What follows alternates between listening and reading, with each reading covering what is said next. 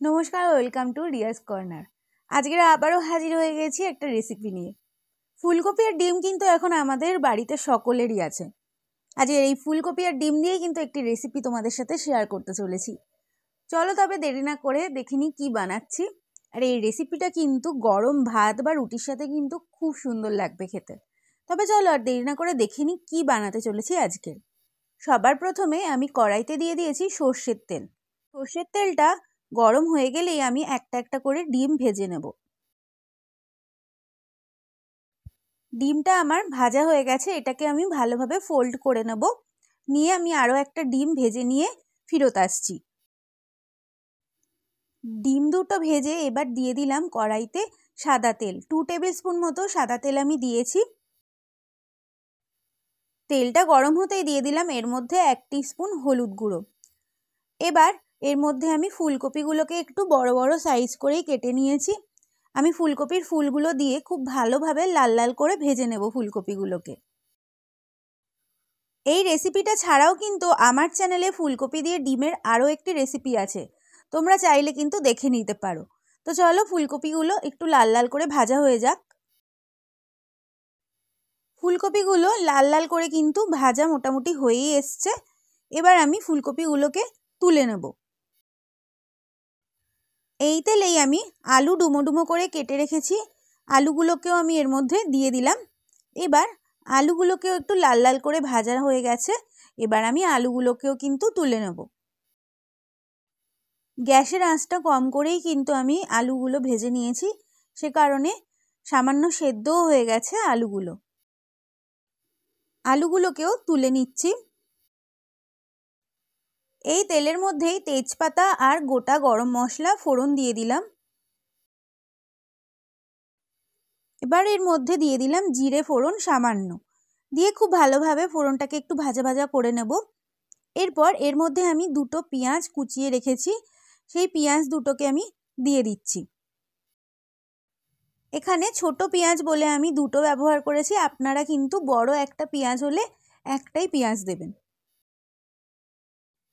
পেঁয়াজটা হালকা নরম হলে এর মধ্যে আমি 1 টিস্পুন আদা আর রসুন আমি গ্রেট করে রেখেছি সেটা দিয়ে দিলাম। দিয়ে খুব ভালোভাবে আবারও মিশিয়ে নিচ্ছি। পেঁয়াজ আদা রসুন খুব ভালোভাবে ভাজা হয়ে গেছে। এবার এর মধ্যে সামান্য জল দিয়ে দেব। জল দেওয়ার পর গুঁড়ো মশলাগুলো এক এক করে কিন্তু এর মধ্যে দিয়ে দিলাম। 1 টিস্পুন জিরে গুঁড়ো, ধনে গুঁড়ো, লঙ্কা গুঁড়ো, নুন আর দিয়ে দিলাম হলুদ গুঁড়ো, দিয়ে খুব ভালোভাবে মিশিয়ে নিচ্ছি। আর অবশ্যই মশলাগুলো দেওয়ার আগে একটু জল দিয়ে দিলে আর মশলাগুলো কিন্তু পড়ে না। এই সময় কিন্তু গ্যাসের আঁচটা একদমই কমিয়ে রাখবো। এবার খুব ভালোভাবে কষিয়ে নিচ্ছি মশলাটাকে। মশলা থেকে তেলটা ছেড়ে গেলেই এর মধ্যে আগে থেকে ভেজে রাখা আলু আর ফুলকপিটা দিয়ে দেব। আলু ফুলকপিটা দেওয়ার পর সামান্য এর মধ্যে জল দিয়ে আবারও খুব ভালোভাবে মশলার সাথে আলু ফুলকপিটাকে কষিয়ে নেব। এবার এর মধ্যে দিয়ে দিচ্ছি 1 টিস্পুন চিনি। চিনিটা দিয়ে এবার খুব ভালোভাবে মিশিয়ে নেব। যে কোনো রান্নায় কিন্তু সামান্য চিনি দিলে স্বাদটা খুব ভালো হয়। এবার আমি খুব ভালোভাবে মশলার সাথে আলু আর ফুলকপিটাকে কষিয়ে নিচ্ছি। এবার দিয়ে দিচ্ছি 2 কাপ জল। এখানে আমি কিন্তু ঠান্ডা জল ইউজ করেছি, তোমরা চাইলে কিন্তু গরম জলও দিতে পারো। এবার এর মধ্যে দিয়ে দিচ্ছি 2টো টমেটো।